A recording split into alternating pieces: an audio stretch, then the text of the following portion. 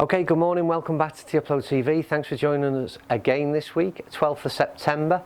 Myself, the Average Golfer, and Joey the Tweet will be looking at the Srixon range of both irons and drivers all morning. Brand new range from Srixon.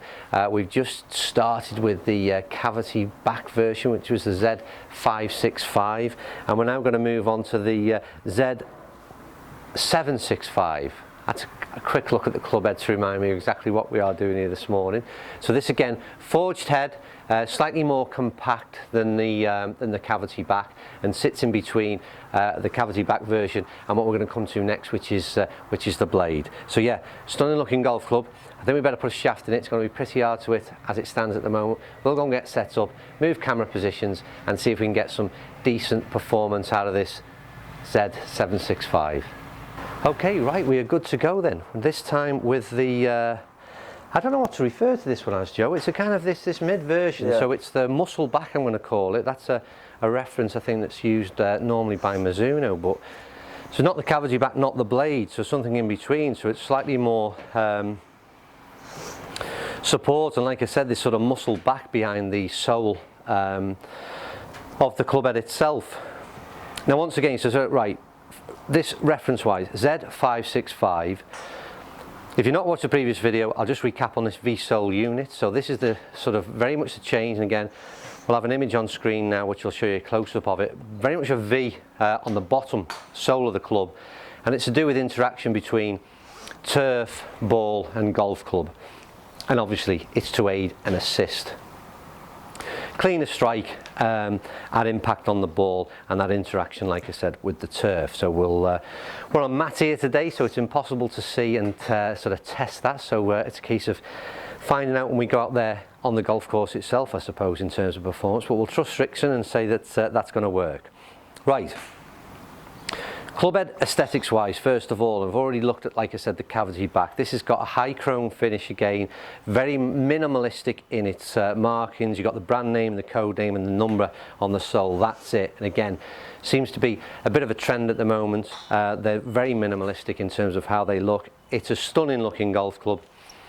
Slightly more compact than the, I'd certainly not call it a game improver iron, the cavity back we looked at. But it is slightly more compact. I've measured the top line on the two, and again, it's not a great deal of difference, to be honest with you. Obviously this is slightly thinner, and the overall size of the club head itself has become a little bit more compact. But what they do quite nicely, again, when the club is sat behind the ball, there's these two high chrome finishes on both heel and sole, and then this satin finish with the white grooves in between, and they really sort of frame the ball at address, and again sort of give a little bit of confidence. It seems to again look like a big striking area, which I quite like. Minimal offset on this golf club, as you would expect. It's a forged head, and again this is a 6 iron, so a lot of the testing we do is with 7 irons. This is a 6 iron.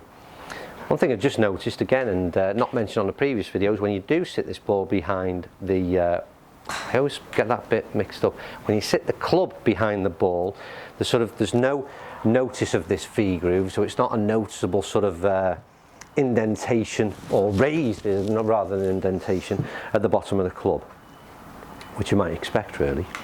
Right, Joe, SkyTrack all ready to go. Set to go. Let's see what we can do in terms of performance.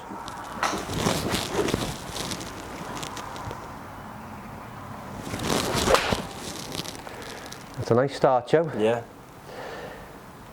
The interesting thing for me straight away is the hang time. The ball, you know, without looking at stats, the ball is in the air for a long time. It's what, 156 carry. So it was, again, I would say it was slightly out the bottom of the club, but without doubt, in terms of technology and whatever manufacturers are doing with golf clubs nowadays, this ability to get that ball airborne quickly has been the biggest difference that I have seen over the last few years. That ball again was out the bottom of the club, but still managed to fly very high. Oh, Joe, look at that. That is an absolute monster. Yeah, it was pure. That's a really nice strike. That has gone. The feel out these things is absolutely superb. Like I said, first ball was at the bottom of the club head. Second ball was out the middle. 181.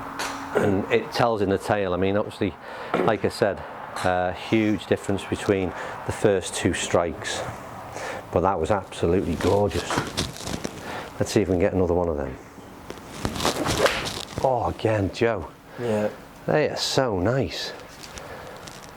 Huge, huge carry again on that. That is really nice. Yeah. 171. Just the feel out these things is like, I mean, to be honest with you, we've done the video for the cavity back already, and as I said, it was very interesting to see for a cavity back just how nice the feel was, and I thought it was superb. But these go up a notch again, to be honest with you. It is, well, they're just a joy to hit, to be honest. Oh, Joe, I need to buy these things. I'm looking out there for quite a while because that's a huge hang time again. It's like, yeah, gonna hit one more. I don't know what we're doing. I haven't even looked in terms of direction. I've been probably slightly just right to target, have I? Slightly on a few, but it's not too, it's pretty straight. To be honest with you, it's the first time for a while I've not really been interested, to be honest with you, Joe, in the stats, because the actual feel from the golf club is, that's again. Yeah, perfect. That's bang on, that, isn't it? Yeah. A little bit of draw. Yeah, I'm almost not interested in what the stats tell me. I don't want to know, because that is so nice to hit. Well, that last ball finished. 171. 171 carry. Looks as though a little bit more draw than I actually seen out there and out there into the range, but we'll trust the machine to be correct. But it was a real nice pure strike. And I have to say, I think it was 5 golf balls, and I loved every one of those. I'm not too sure, like I said, in terms of performance on every one. I'll have a look at that a bit later in closer detail, but for me that club was absolutely superb, and the most noticeable thing was A, the trajectory, B, the power of the ball, and the I think the first one didn't strike particularly well, got that out the bottom, but the next 4 balls, I would say pretty much, I'm looking for markings here but can't see a great deal, but I would say the next 4 balls were pretty much out the centre of the club, and you felt that in terms of, you could see that in terms of the carry. Huge carry, huge hang times, but again it was the feel that was so nice from the Srixon club. So another massive thumbs up from Teuplo, and like I said, that's something I would really consider putting into my golf bag right now. They are absolutely gorgeous. Right, that is the Z765. Cheeky little look again there, because I keep forgetting these numbers, they're far too complicated for me. Yeah, thumbs up. We're going to finish off with the blade. We're going to get set up for that one, so keep on tuning in. Hope you enjoyed that video, and we'll see you very soon on Teuplo TV.